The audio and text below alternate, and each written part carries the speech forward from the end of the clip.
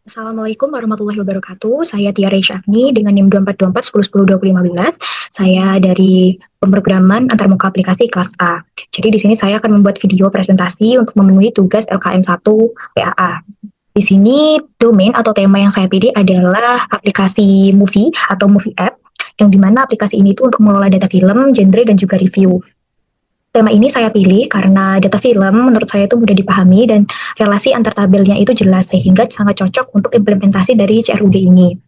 Aplikasi katalog film ini juga relevan dengan kebutuhan nyata sehingga hasil pengujiannya nanti itu menjadi lebih efektif karena data yang digunakan itu familiar dan mudah divalidasi.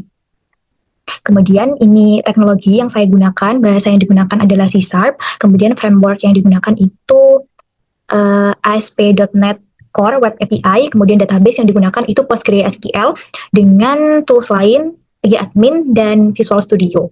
Kemudian tabel-tabel yang saya rancang itu seperti ini. Jadi saya membuat 3 tabel, yaitu tabel genre, tabel movie, dan juga tabel review.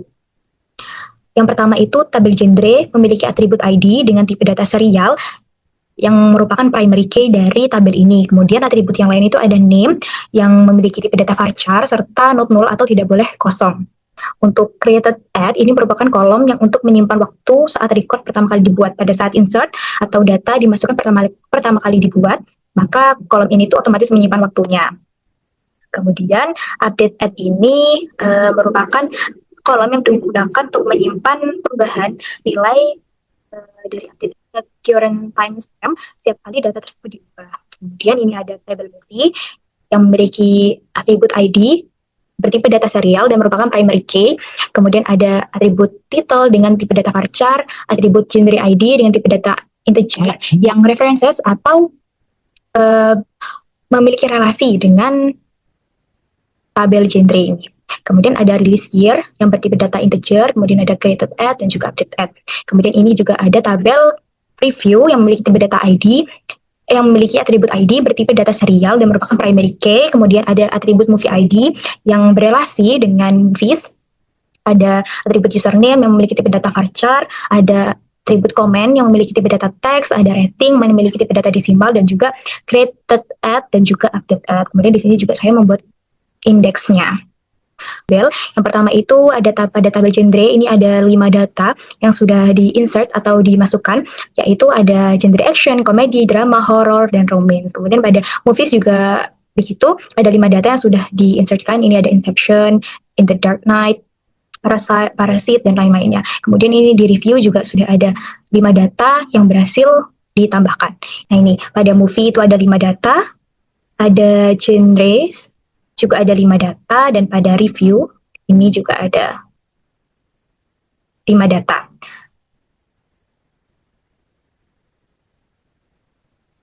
Nah, di sini sudah tertampil pada tampilan di Swagger-nya.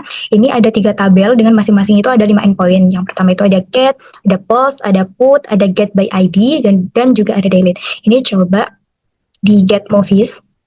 Ini untuk mengambil data dari database-nya. Nah, ini berhasil tertampil ya untuk data-datanya ketika di get itu berhasil tertampil ada 5 data yang ada di database tabel movies seperti itu. Kemudian ini di get by ID, ini coba yang ID-nya 1. Nah ini tertampil hanya ID 1 saja. Pada database movies itu ada film Inception, genre ID-nya itu 5, rilis year-nya pada tahun 2010. Kemudian pada post tabel genres coba. Nah ini try it out. ID-nya misal 6. Ini Dracom misal. Ditambahin Dracom. Ketika di-execute, maka akan sukses genre created. Coba dilihat di database-nya apakah sudah berhasil tertambah data yang baru saja saya tambahkan. Nah ini Dracom yang baru saja ditambahkan itu sudah berhasil tertambah di database.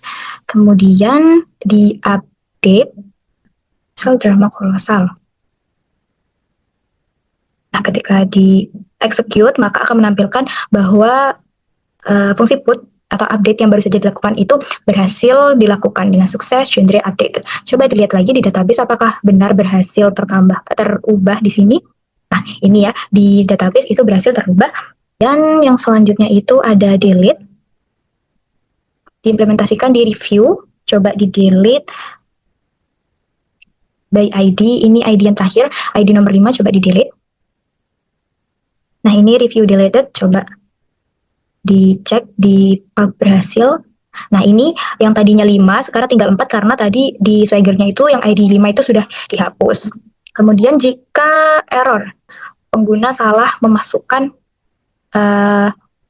inputan, misal ini mau ngedelete dengan 7, dengan ID 7. Misal execute maka error review not found, seperti itu karena tidak ada tabel yang memiliki ID nomor 7 di database. Saya membuat beberapa struktur folder, ada folder context, ada folder controllers, ada folder helpers, ada juga folder models, dan juga ada file app setting JSON.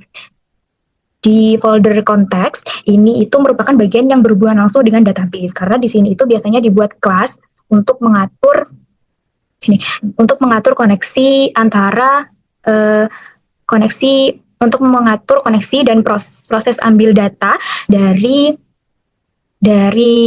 coding dari inputan user dari request ke database. Misalnya di sini ada movie context. Nah, berarti di sini dia mengurus data film dari database. Jadi kalau ada aplikasi yang membutuhkan data, dia lewat konteks terlebih dahulu. Kemudian folder controllers. Nah, folder controllers ini merupakan bagian yang penting untuk membangun API karena di controller ini itu yang menerima request dari luar, misalnya tadi itu dari Swagger, dari klien, itu menerima request dari klien, kemudian memanggil konteks untuk berinteraksi dengan database, karena tadi konteks itu merupakan jembatan, jadi konteks itu memanggil database, kemudian setelah selesai, controller ini mengembalikan respon ke user dalam bentuk JSON.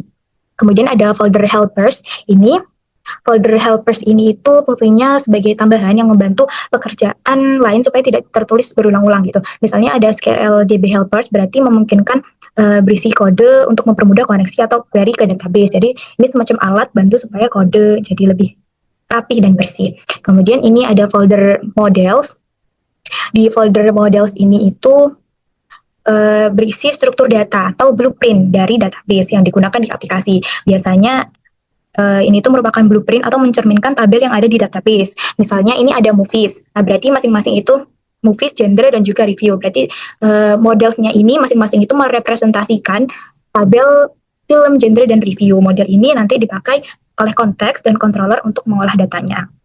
Kemudian ini juga ada app setting JSON. Nah, app setting JSON ini berisi konfigurasi utama dari aplikasi yang mengkoneksikan dengan database. Ini juga seperti di situ nanti ada password, ada username yang dikoneksikan dengan database agar API ini itu bisa berkomunikasi atau bisa terhubung dengan database. Jadi alurnya itu user mengirim request ke controller, kemudian controller ini itu menerima data, lalu dikirimkan ke konteks. Konteks itu berkomunikasi dengan database atau mengirim ke database dengan bantuan model, kemudian hasilnya itu dikembalikan lagi ke controller, lalu controller mengirim data ke klien dalam bentuk JSON. Di post saja, di post bagian genre. Nah, ini kan ketika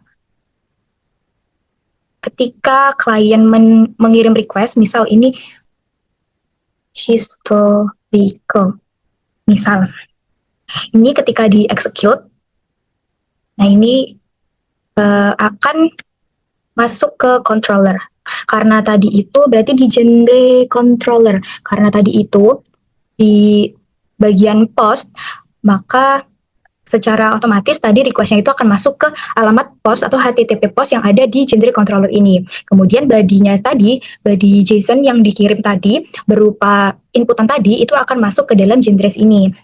Kemudian di sini controller itu mengirim ke konteks, akan mengirim ke konteks seperti yang sudah disebutkan tadi dari controller menerima request masuk ke sesuai dengan endpoint-nya masing-masing. Kalau tadi itu di post maka akan masuk ke HTTP post, kemudian JSON-nya itu masuk ke objek genres tadi, kemudian dari controller itu dikirim ke konteks. Nah, di sini konteks ada query-nya yang query ini itu berkomunikasi dengan database. Nah, di sini juga query ini tuh sudah query parameterized query yang terhindar dari SQL injection. Kemudian ketika sudah berkomunikasi dikirim ke database, konteks mengembalikan lagi ke controller. Di controller ini yang menentukan responnya. Nah, di sini tuh responnya jika tidak valid atau gagal itu maka akan menampilkan status kodenya itu 500, new status error, dan message-nya itu fail to insert genre. Tapi kalau sukses itu akan menampilkan status sukses, genre-nya berhasil dibuat atau genre created. Seperti itu. Kalau di sini yang terjadi itu karena berhasil memenuhi semuanya, controller mengirim respon JSON ini berupa statusnya itu sukses dan message-nya itu genre created. Mungkin cukup sekian yang dapat saya sampaikan. Terima kasih. Wassalamualaikum warahmatullahi wabarakatuh.